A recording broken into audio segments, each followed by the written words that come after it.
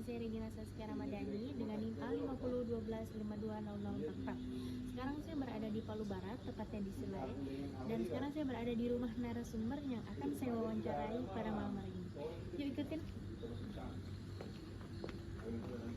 Hai teman-teman, sekarang saya berada di rumah salah satu pendidik. Dalam kesempatan ini saya akan memberikan beberapa pertanyaan terkait pendidikan. Sebelumnya boleh tahu nama ibu siapa? Kalau ibu namanya Ibu Zaitun. Saya namanya Ibu Zaitun. Usia saya 41 tahun. Jenis kelamin ya ibu-ibu perempuan. Oke, apa lagi nak? Pekerjaan saya seorang guru dan latar pendidikannya S1. Ya. Terima kasih. Saya akan memberikan pertanyaan yang pertama. Menurut ibu, mengapa pendidikan sepanjang hayat penting bagi individu maupun masyarakat? Oh ya, pendidikan sepanjang hayat itu sangat penting. Kenapa? Karena sepanjang hidup itu memang harus ada pendidikan. Apalagi di era sekarang ini kan pendidikan itu zaman berubah-berubah. Jadi kalau zaman berubah, jadi kalau pendidikan kita harus menyesuaikan dengan era atau zaman seperti itu. Jadi pendidikan itu harus sepanjang hayat, harus belajar terus. Jadi ibu juga yang sudah umur 40-an ke atas harus tetap belajar. Jadi dari anak muda semuanya harus belajar karena pendidikan itu berubah-berubah.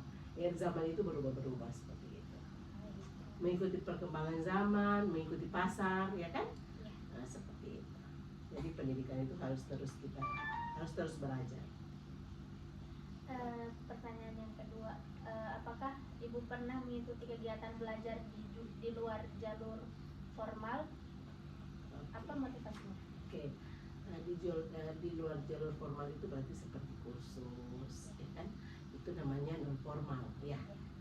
Jadi seperti kursus pernah mengikuti. Saya biasa mengikuti itu untuk menambah pengetahuan. Jadi untuk menambah pengetahuan, ini kan seperti tadi yang disampaikan di awal, pendidikan itu sepanjang hayat, dan memang kita harus selalu menambah. Jadi kalau kita di formal itu kan biasa kesempatannya tidak ada, karena seperti Egi sekarang kan istilahnya formal pendidikannya. Nah kalau non formal itu berarti saya harus menambah pendidikan saya seperti kursus atau pelatihan apa seperti itu. Jadi itu penting, selalu harus diikuti seperti itu. Ya. Bagaimana pendidikan non formal atau informal memberi manfaat dalam kehidupan? Sangat memberi manfaat, karena kita sesuaikan pendidikan formal apa yang kita ikuti, ya kan? Dan pendidikan non formal apa yang kita ikuti. Jadi sesuaikan dengan pekerjaan apa yang kita lakukan. Gitu. Seperti kalau misalnya saya seorang pendidik, pendidikan formal itu saya sesuaikan dengan bidang saya. Jadi selalu menyesuaikan dengan bidang. Misalnya non formal itu ternyata pendidikan formal tadi saya harus tambah di non formal. Jadi dia harus balance, harus sesuai. Kalau orang sekarang mix and match, begitu kan? Ya. Oke, seperti itu. Selanjutnya, bagaimana pendidikan sepanjang hayat dapat diterapkan dalam kehidupan sehari-hari? Iya, pendidikan sepanjang hayat dapat diterapkan di kehidupan sehari-hari. Kayaknya ini berkaitan terus ya, pendidikan sepanjang hayat ini, karena itu tadi kita menyesuaikan pasar, ya kan? Pasar, kalau pasar itu maksudnya kita menyesuaikan kehidupan sekarang, apalagi kalau pendidikan itu kurikulum itu berbeda-beda. Kurikulum itu berganti-ganti. Kurikulum ini, apalagi menteri ini, kurikulumnya ini, menteri ini. Nah, itu pembelajarannya juga berbeda-beda. Makanya itu kita harus tetap selalu belajar terus, jadi mengikuti perkembangan zaman seperti itu. Jadi perkembangan itu kalau tahun ini berbeda, mungkin 2 tahun kemudian berbeda lagi. Jadi harus tetap belajar terus seperti itu. Okay. Apa tantangan terbesar dalam mewujudkan pendidikan sepanjang hayat di masyarakat kita saat ini? Tantangan terbesarnya itu kesempatan. Kalau ibu itu kesempatan. Jadi kesempatan karena kan ini pekerjaan banyak kan. Jadi pekerjaan banyak, karena kalau kita tinggal di kota ini kayaknya tantangannya tidak ada. Kalau kayaknya digitalisasinya dapat kan apa semua, karena kan belajar bukan cuma offline, kita juga bisa belajar offline. Cuman biasa kalau saya sebagai ibu yang banyak pekerjaannya, ada pekerjaan sampingan yang lain, banyak anak yang harus diurus, jadi biasa hanya kesempatan saja, waktu. Itu saja kayaknya. Kalau cara mengatasinya, Cara mengatasinya kalau misalnya tidak bisa kita lakukan ini, kita mencari waktu yang lain. Jadi kalau misalnya saat ini saya belum bisa melakukan, mungkin saya bisa mencari waktu yang lain untuk menyesuaikan itu, belajar lagi mengikuti itu tadi. Seperti itu. apa harapan Ibu terkait perkembangan pendidikan di sepanjang hayat Indonesia?